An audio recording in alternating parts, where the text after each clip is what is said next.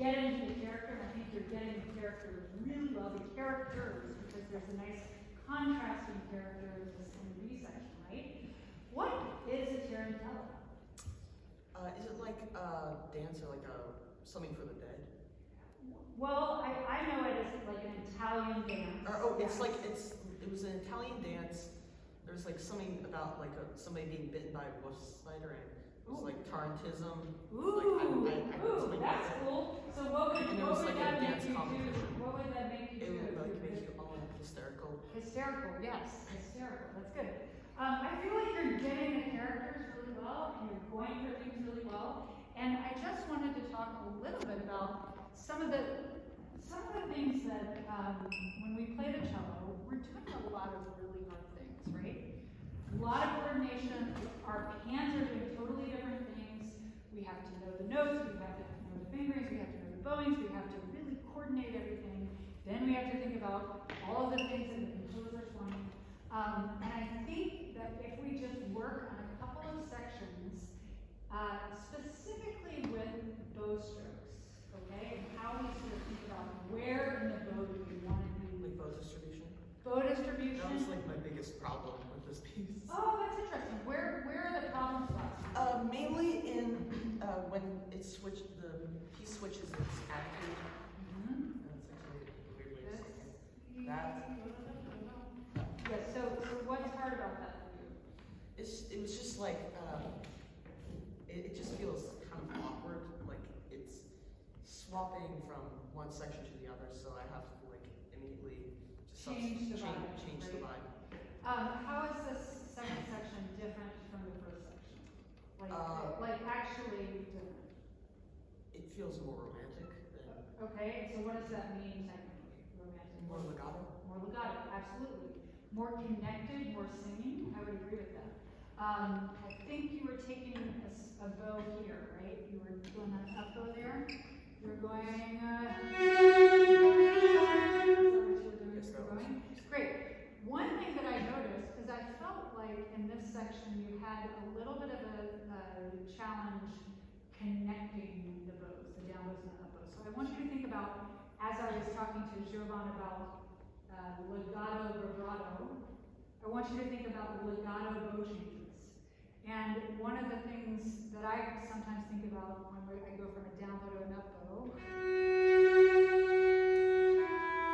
is sort of trying to connect, when I do that, sort of like a figure eight.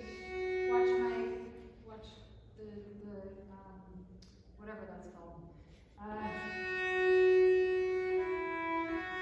It comes up a little bit. You don't want to do it too much, but I just want you to think about turning the corner a little bit more smoothly with your bow so that we don't get any. You weren't doing that quite, I'm over-exaggerating right now, but I just want you to think about smooth corners. Can you try that just here? Maybe a little bit under tempo, so.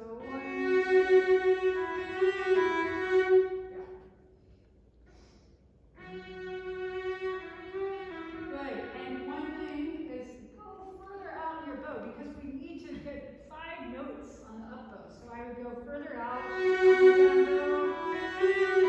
So I have more. This is part of the bow distribution, yeah?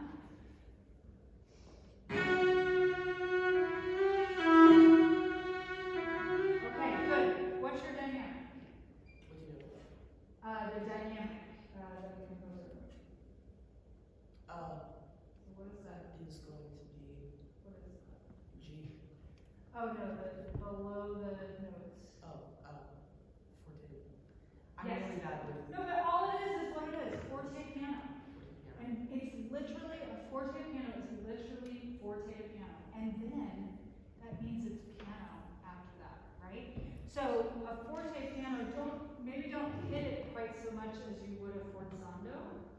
This is more of like, you said it's romantic, it's more, so think about it as more like a pillow. But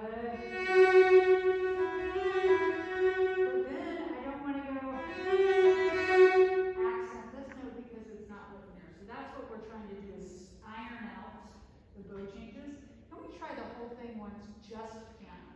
So without the forte. So we're just really gonna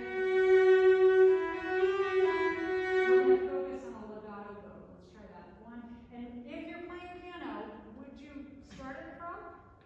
No, you would probably start here. Exactly. Why? That's really good. Why? Because you're going like a slower bow rate, so you're gonna end up here. But why do we not want to start it from? I don't know. Well, anybody else want to comment? Yeah. So you exert less pressure. Yeah. Because the frog is the heaviest part of the bow. So sometimes we actually have to think about whatever that is, physics or something. You know, we have to think about, well, wait a second, it doesn't make sense for me to start here because it's harder to control. But you are exactly right to start a little bit in front of the hand, right?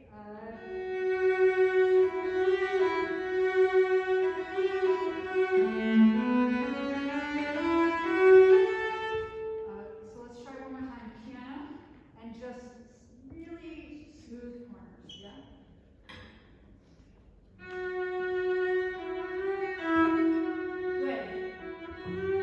Good. It was so good, the down bow and up bow connection.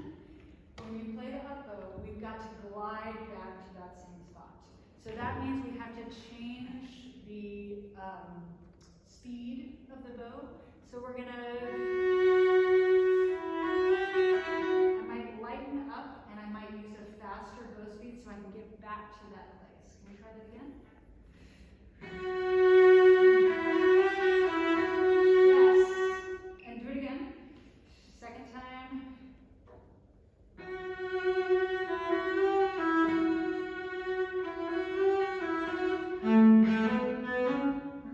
That was really good. The first time was really good. The second time I heard a little bit of a break between the down bow and up bow. Here though, can you try? There are no dots, no articulation. So I would interpret this as smooth, as legato. So we're gonna have to go. Stay in the string. Can you go from this F sharp? Like a slippery sound, like I start sliding. Yeah, like slippery. Imagine you're dancing. Ooh, that's a terrible sound. But without lifting your feet up, you're gliding, like maybe you're on ice or something. A little bit under tempo. Gliding crescendos. So that then I would want to use more bow from right here.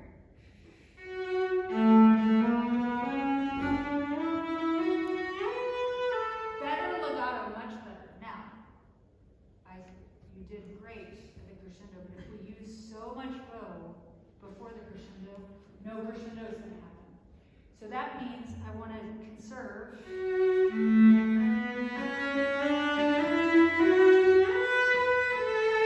Right? So start with less bow. This is our bow planning stage. Right here. Less bow. Maybe not at the front, right? You'll probably be around here again.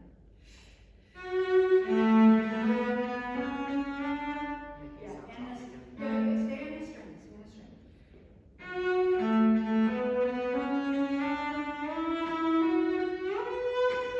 Good. It's better. You have this memorized. Can you do me a favor and watch your bow? And I want you to stay in the string and start here. And imagine. Remember, it's that gliding. We don't. Or you want to coax the string a little bit.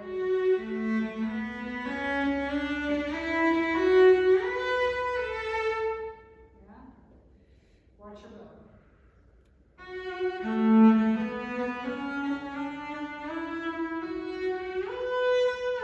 Excellent. Now do exactly that and start with less bow. Just imagine you only have $100 and you don't want to spend it all. And you,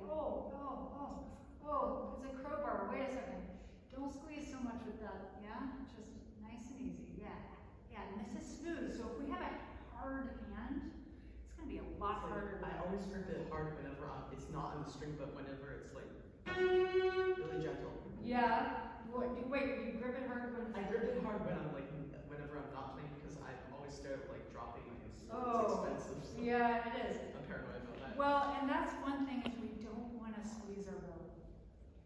And it's hard not to squeeze the bow. It's really, really hard. It does not get easier, but you have to, if we squeeze it, you have more of a chance of dropping it if you're squeezing it. Imagine, I don't know what a good analogy is, but a sports analogy, if you're playing tennis or if you're playing baseball, you squeeze the racket or the bat, and then you swing, it's probably going to fly out of your hand because you're squeezing it, right? And that's a whole, we would have to stay here for years to really get this, not just you, all of us. But it's something that we have to work on, and I don't know how many of you have done the fun bow exercises of kind of, what's the up like a rocket, down like the rain, side to side, just to have a really, you want the bow to be a part of your arm. And so one thing that you can work on is releasing that grip.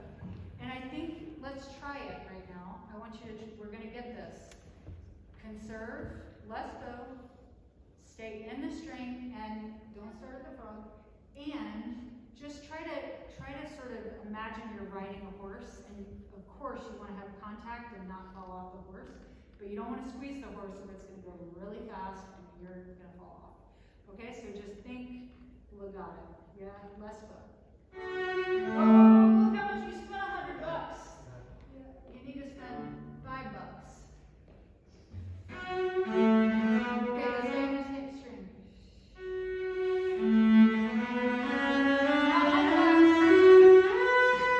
Okay, but then you only spent $5 the whole time. I want you to really go for broke at the end. So, because that's a crescendo, right? Oh, yes. Yeah, so, yeah. it's like, Start last. Look, watch. Sometimes I do this when I practice.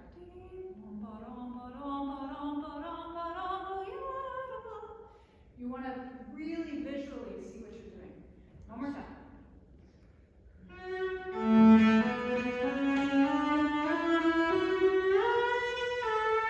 Good.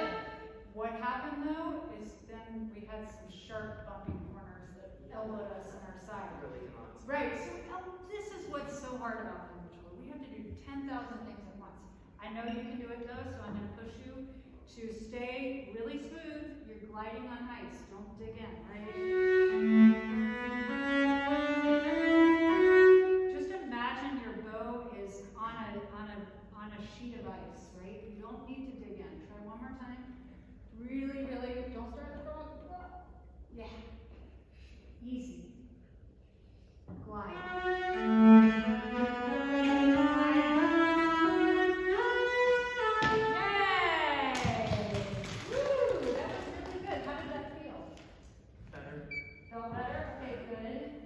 We have about 5 minutes, so I want to tackle one other spot. Really, that's how you do it, and that's how we have to do it in our practice. We can't, our teachers do not have the magic formula. We wish that they did, and believe me, we wish that we did too. Because it would be a lot easier if we could just make it work. We have to kind of problem solve in the practice room. So, last thing that I want to work on with you is a totally contrasting stroke right here. The separate bows. And I just want you to think about where you're dancing a dance. And I want you to start from here maybe. Then you end up here. And that seems like a very awkward place to be, again, for a fast, separate stroke. So I wonder, where do you think in the bow might be an easier place to put that? Frog. Well, that's where you were playing it. And I'm saying that it felt a little bit, what happened in the performance is you got a little bit slower here, because that's not a very easy place to play fast at the frog.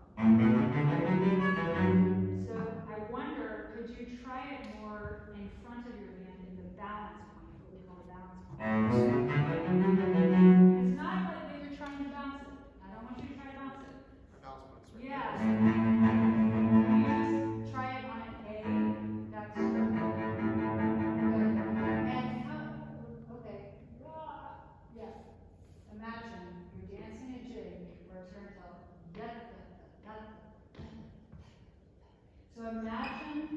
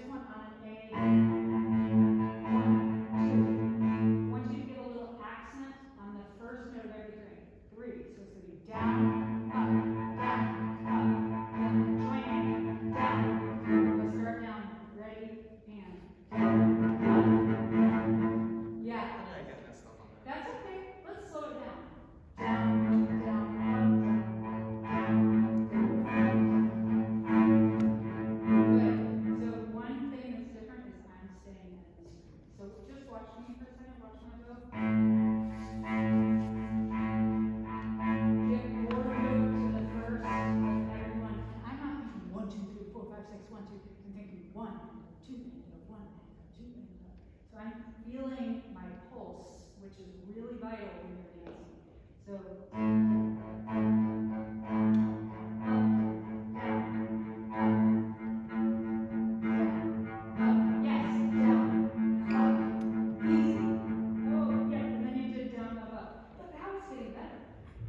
what we need to feel here is that it's a little less effort, right?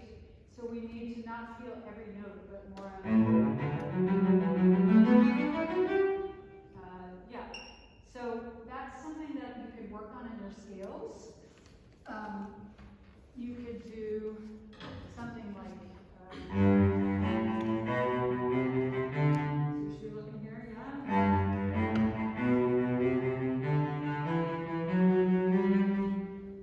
Practicing the exact stroke that you have in the Squire. So sometimes it's nice to think, well, what is the problem and how can I practice it in my scales outside of the music, right? Does that make sense to you? So that you're a little bit more coordinated and having a little bit less effort. But all to say that the musical excitement and ideas and the technical ability shows a lot of promise, and you've got to keep going and just think a little bit more about what is your bow doing. Okay? So give it up for Declan.